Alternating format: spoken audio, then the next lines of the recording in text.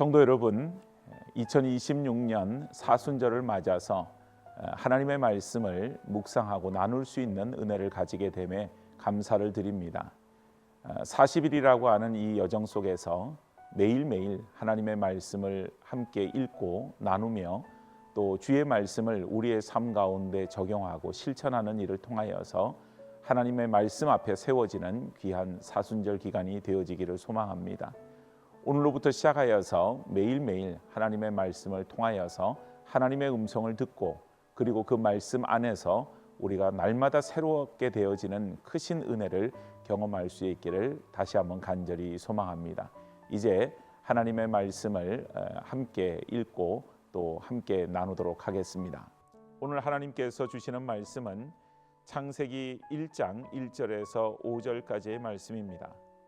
태초에 하나님이 천지를 창조하시니라.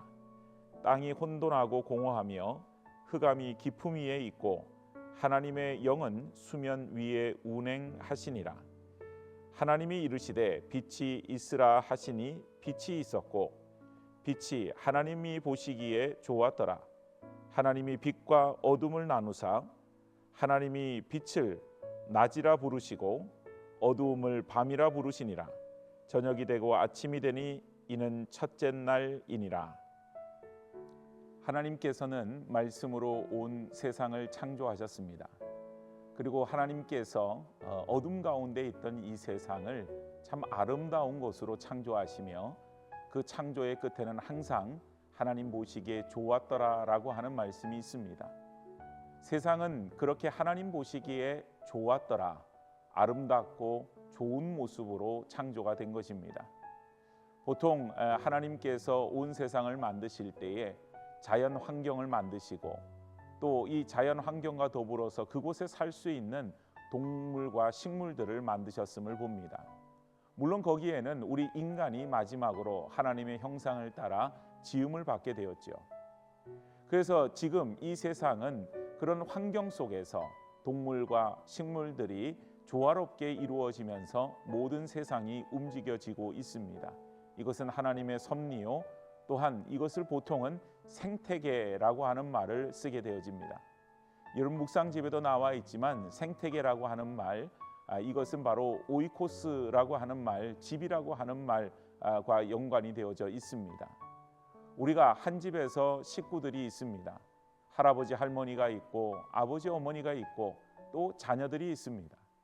그런 가운데서 서로 간의 역할을 따라서 참 자유롭게 살아가는 그런 모습들이 있는 것이죠.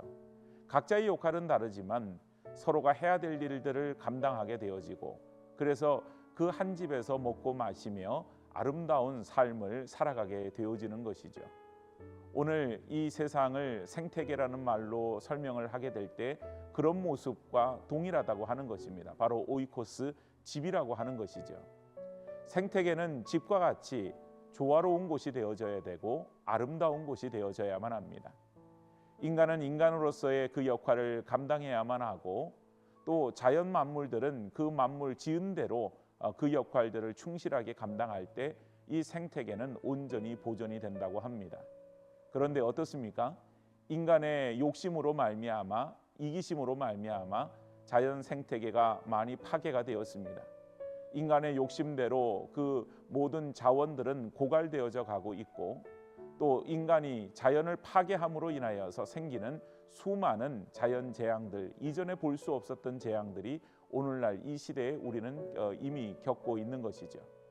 여름철이 너무 뜨겁다든지 겨울철이 지나치게 춥다든지 혹은 반대로 여름철이 덥지 아니하고 그저 선선함을 느낄 정도의 기온을 가졌다든지 또 반대로 겨울철이 너무 춥지 아니하고 따뜻한 기온을 보이는 것, 그것은 사람들에게 있어서 그냥 이렇게 좀 특별한 기후를 느끼고 살아가나 보다 이런 생각을 하기도 쉽지만 사실은 그것보다도 그로 말미암아 생겨지는 여러 가지 생태계의 파괴를 우리는 경험하고 있는 것입니다.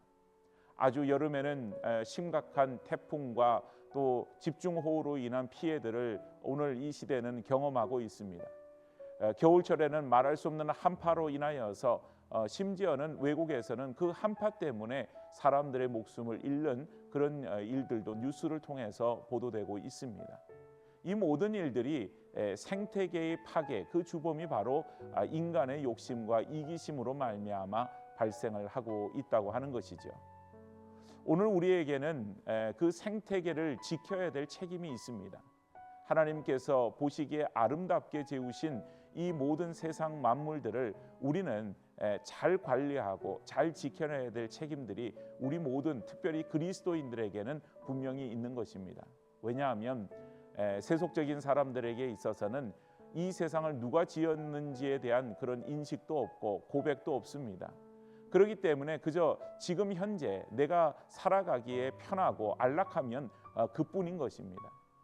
주변의 환경들이 어떻게 되었던, 또 동물과 식물들이 어떤 삶을 살아가고 있던, 또 그 모든 생태계의 파괴가 인간에게 다시 악영향을 미치는 그런 악순환으로 돌아오게 되어지는 별로 그것에 대해서 개의치 않습니다.